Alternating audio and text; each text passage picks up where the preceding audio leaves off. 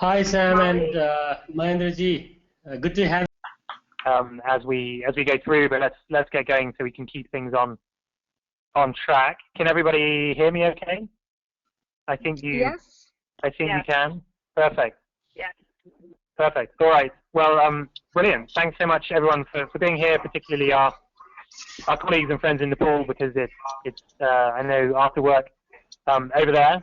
If everyone could mute their microphone when they're not speaking, just so we can maintain the quality of the sound, that would be fantastic.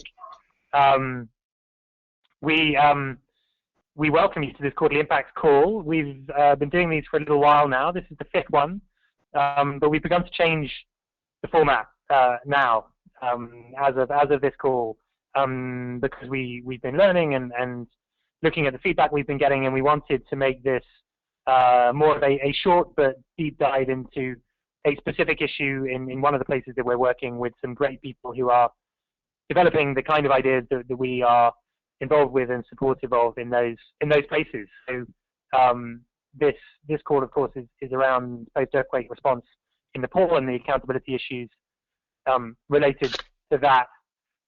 We at the lab are committed to being internally accountable, sharing the impact of our work, and learning more broadly about what is useful in what we do and what lessons might be relevant for others. So this is a platform for us to discuss those. So on this call, we are very lucky to have Pavitra Rana, the coordinator of Open Nepal, which is an initiative to promote more effective development through the increased use of data and information in Nepal, and who is really in a brilliant way trying to create a revolution for data sharing and use in Nepal.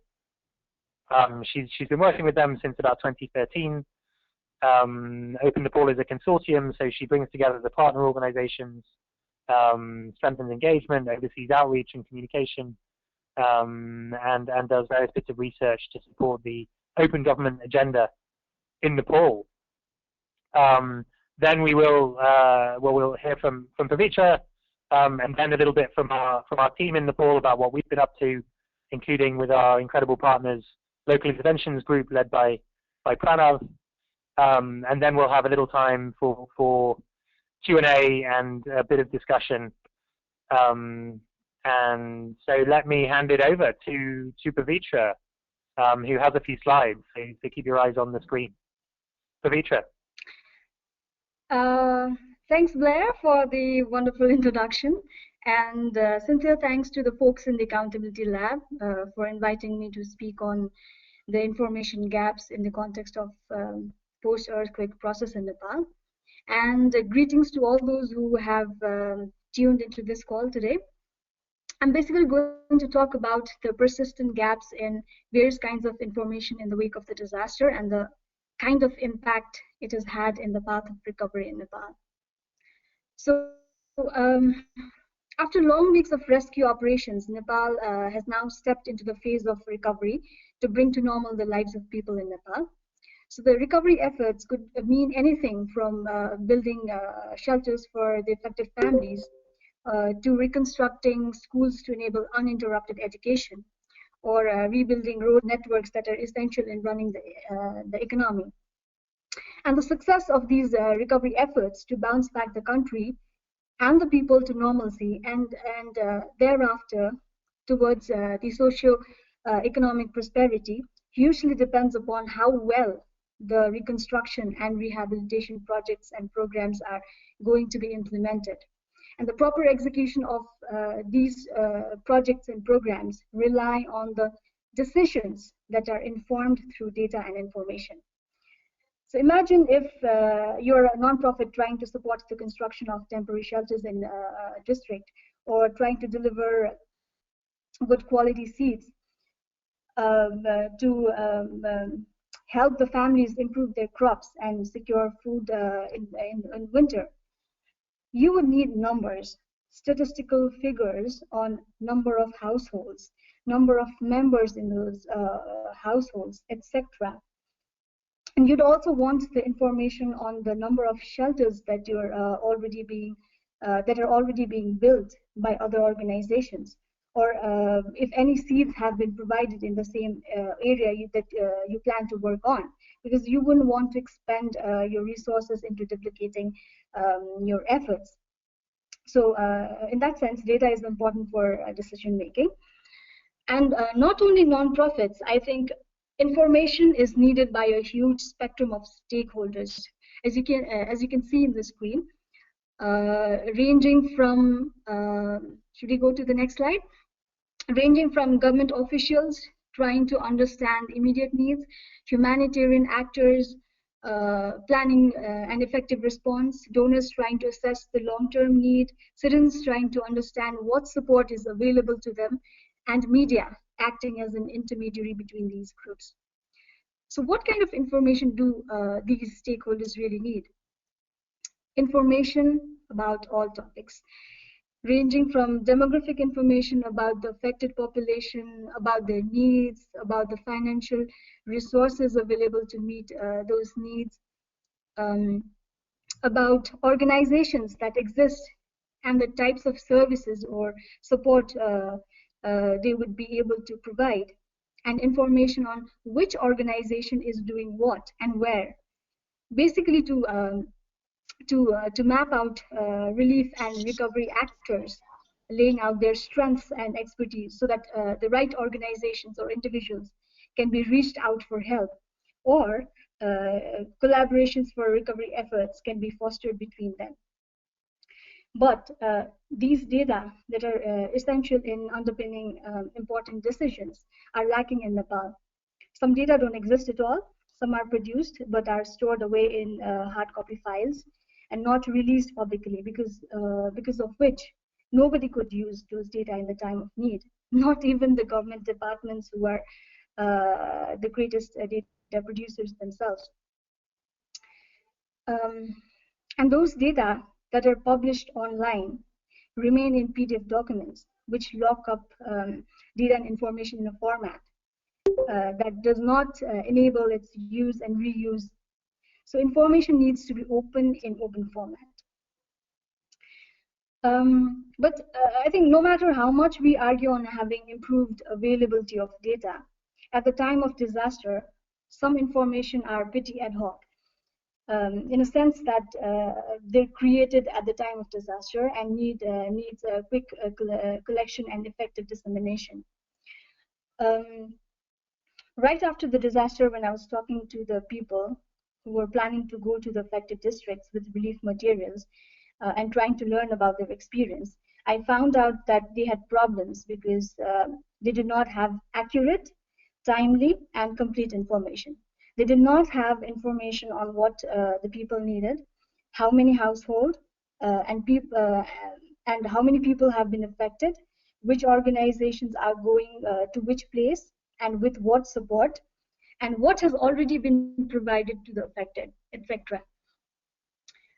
They said that the lack of all this information they posed challenges in their relief efforts. So for these information to be collected and made accessible in real time, I think tools like crowdsourcing can be effective means, which allows timely information flow to address the overarching needs of the affected, and also cut down on the delay in relief distribution.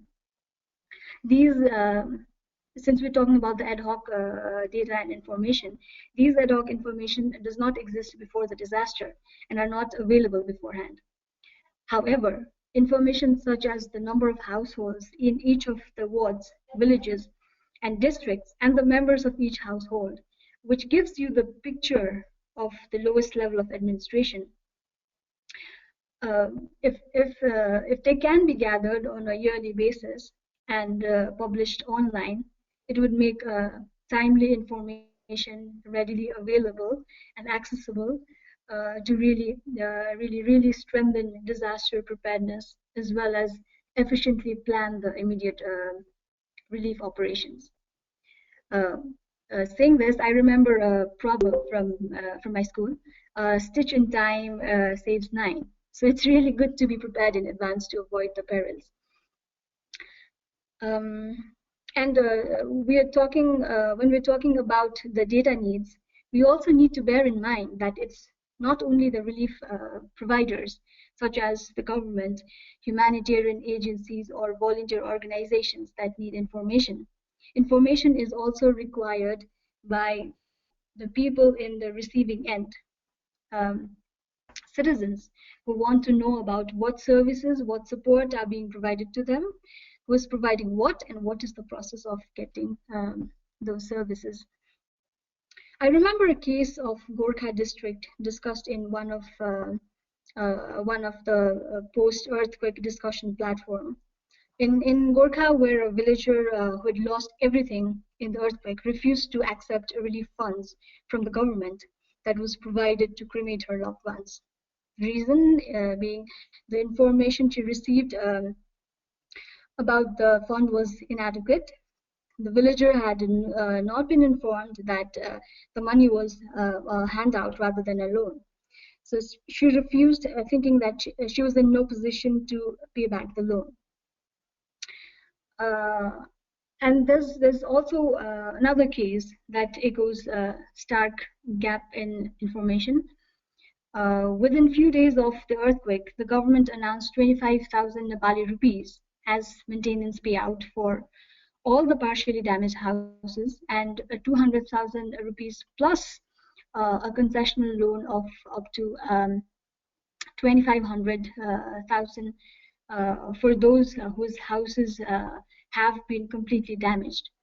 But later, the government declared an immediate relief entitlement of 15,000 rupees, or donation of, alternative to that, donation of 10 sheets to build temporary shelters. So there was like much confusion about whether these amounts would be dispersed altogether or in different phases, or if the immediate relief amounting to rupees 15,000 and the maintenance cost of 25,000 would be deducted out of that 200,000 rupees or not. So people either they didn't have information, or they didn't have clarity on what, how, and when they'll receive the earmarked funds for reconstructing houses. So these two cases really indicate that information, for it to be useful, needs to be effectively disseminated, avoiding fragmentation and ambiguity. The information needs to be timely to spur immediate actions, even more at the time of disaster like this. And it's important to note that these information and data gaps existed even before the earthquake. It's only that they have surfaced up and were exacerbated when the earthquake hit Nepal. So it has taught us an important lesson, that access to information is power. Power to rescue and save lives, to help people in dire needs, to help solve their greatest problems and give them the opportunity to lead a noble and fulfilling lives. So I think regular communication, coordination, and collaboration between the government, civil society, tech community, and the larger public are what's necessary to close this vicious information gap. And it's really a high time that people from all sectors come together to promote greater access to information in order to plan and implement post-disaster recovery in Nepal. Actually, yeah. Thank you. Yeah, if we've only got half an hour, and this is a fantastic overview. Is it all right if we wrap it up quickly? And I think you've made some really great points on what kind of information is useful, how it can be used, and what form it needs to be in, and so on. So a fantastic overview. Let's, if it's okay, let's shift over to Pranav. Sure. And Narayan, and then bring it back to a larger conversation with you again. Pranav Budatoki is running an organization, a fantastic organization that we've been partnering with in Nepal called Local Interventions Group. He's an Echo and Green Fellow. He's been working for a long time on civic tools and how to engage citizens around governance and service delivery. and has been working with Narayan Adhikari, our South Asia representative, on the Mobile Citizen Helpdesk in Nepal. So Narayan and Pranav, let me hand over to you, and perhaps you can talk about what we've been doing and how it's all been going. Thank you very much, Blair. This is Pranav Budathogi from Local Interventions Group. Pavitra, thank you very much for the wonderful wrap-up there. I mean, the sort of snapshots that you provided, it has helped us a lot, of course. The page that you see here, it provides you a snapshot of what we've been doing, what sort of money we have been raising so far, how much money we have spent on the ground, and all that. It's there for you to see. In the middle section, the 14 hardest hit districts in Nepal that we have been working in Nepal.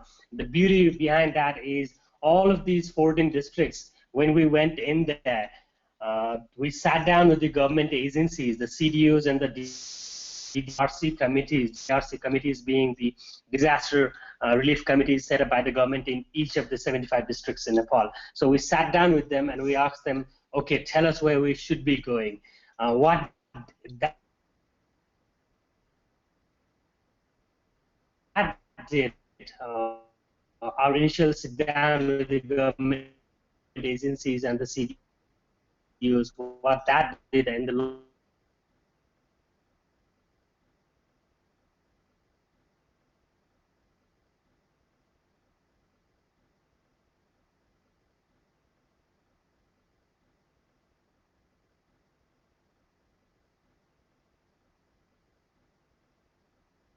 Okay, since we have lost them for a minute, we're going to try to solve the technical problem over there. Oh, okay. Well, let me, in Pranav and Narayan's absence, just pick up a little bit on what he was talking about, which was our Mobile Citizen Helpdesk work in Nepal post-earthquake. We mobilized volunteers in groups in all of the worst affected districts to begin to talk to citizens and government officials about what information was needed, about what support was needed, and about how citizens were feeling and understanding the earthquake response. And we formalized that process into what we call citizen help desks. So these groups are now collecting on a monthly basis a whole set of information around these issues and synthesizing that information and feeding it up to the government and the international community to help inform their efforts in terms of the humanitarian response. This has led to a whole set of very interesting findings in terms of the extent to which different groups within Nepal are happy or unhappy with the way things are going, the overall perception of trust in the country and what role government should play, and is now beginning to we hope change the behaviors of some of the key stakeholders in Nepal in terms of their efforts. Hi guys, I think we are back here. Can you guys hear us properly, loud and clear? Oh, great. Yeah, we can hear you, Pranav. Sorry, Blair. Sorry about that. Sorry, everyone. Thanks, Blair, for taking over from us. The sort of pitfalls of living in this part of the world, I think, erratic internet connection. I'm not so sure how much of that information that we provided was comprehensible, but that first page, of course, Blair helped us as well with the snapshot of what we've been doing.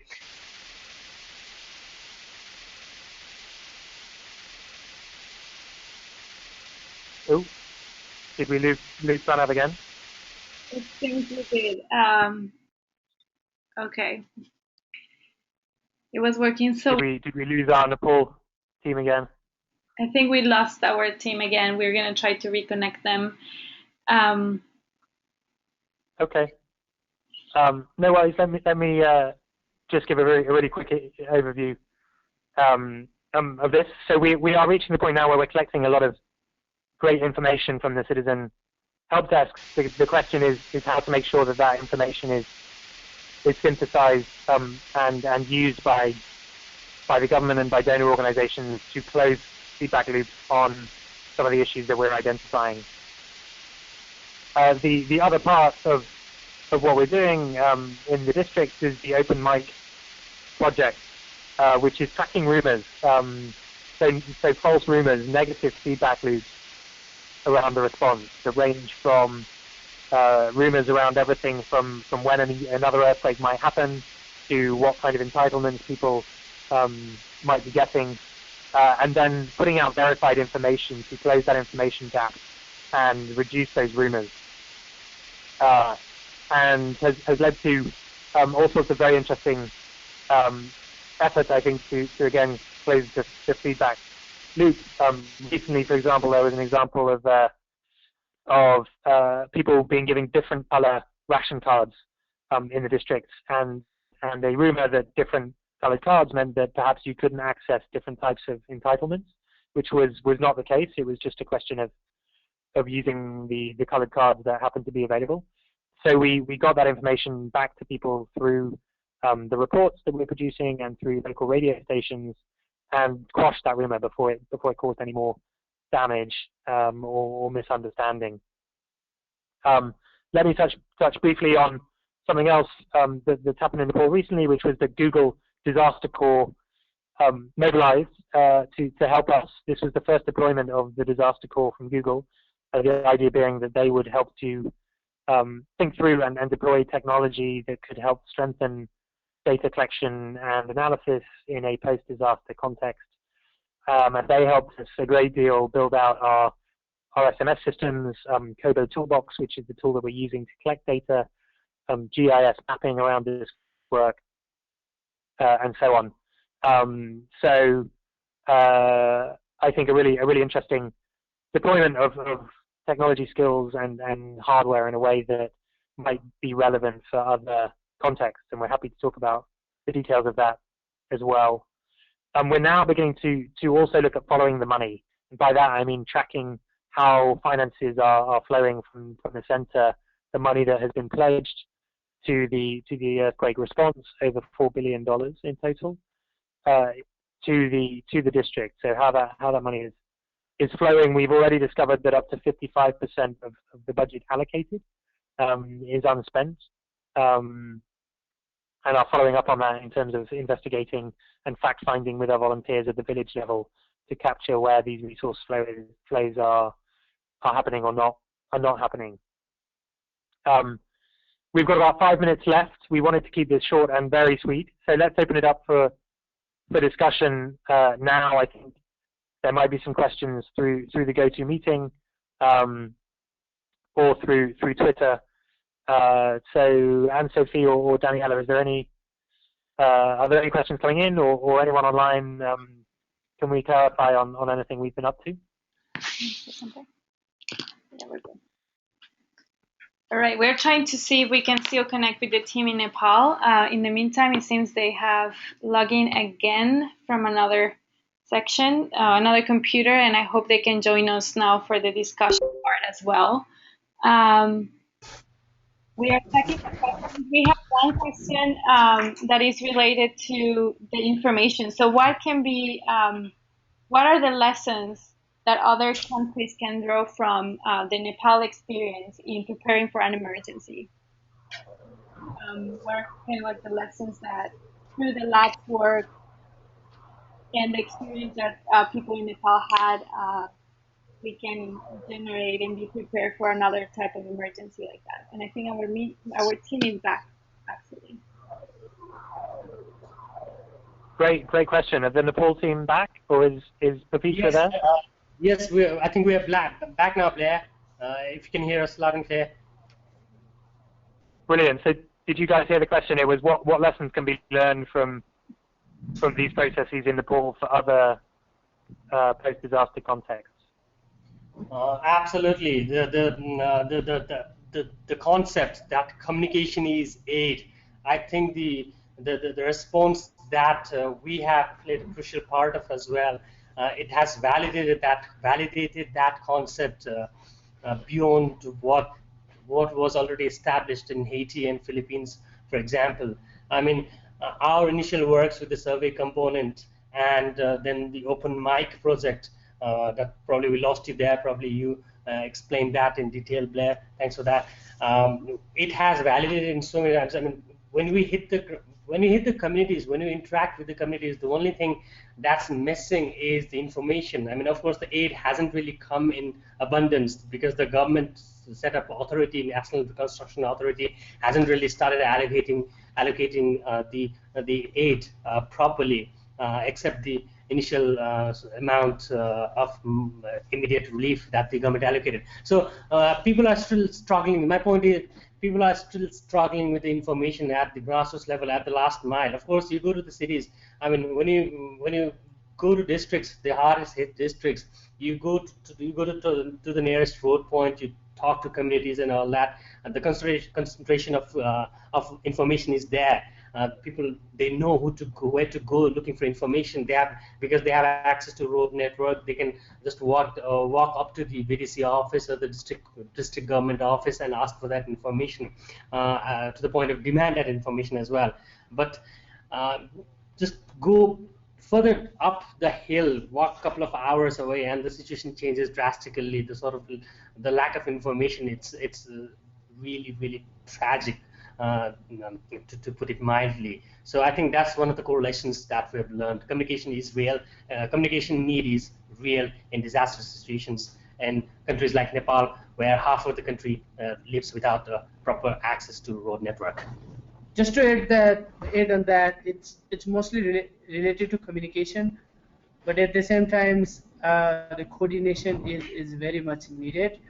Like, there's a lot of humanitarian organizations working in Nepal. They're doing amazing work, but somehow they are disconnected, and the coordinated effort is lacking. So a kind of synergy we can build and exchange all those information, the perception that are coming from the communities, would have been better, like sharing the needs with the responders and connect them with the communities would have been better and provide a better relief and the reconstruction, so which I think is pretty much lacking at this point. But yeah. Right. No, very good point. Very good point, Narayan. We do want to wrap this up on time, be respectful of people's busy schedules. Do we have one more question quickly that we can talk to? Yeah, we have one more, but I would like to the regarding. Sorry, go ahead. I was just trying to answer the first question. I think one of the important lessons from Nepal would be it's not just important to collect information and to make it, but also to make it accessible.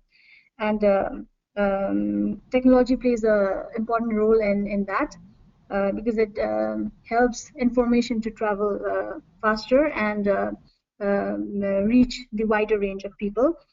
And it's not only the responsibility of data producers or collectors to make sure that information is accessible to all, but I think the civil society organizations and the citizens themselves, I think they should participate in doing so. And I think it was we witnessed this.